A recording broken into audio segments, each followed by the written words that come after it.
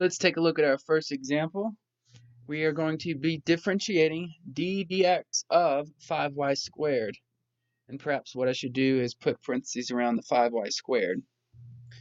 So why is this implicit? It's because we're taking the derivative with respect to x of a separate function.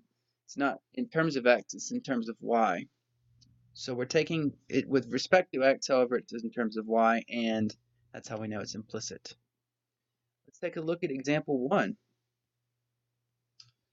says to take the derivative as usual and multiply by dy dx.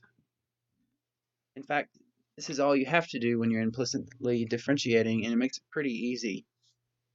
So what I want you to think about for a second, or imagine, is what if this was just 5x squared? So let's just do d dx of 5x squared. Basically, taking the derivative of 5x squared, we know that we would take the 2, move it out front, so it'd be 2 times 5, which is 10x, and then subtract 1 from the 2, get a new exponent of 1, so the final answer would just be 10x. All right, now because this is in terms of y, instead of being 10x, it's going to be 10y, but we're going to multiply that by dy dx.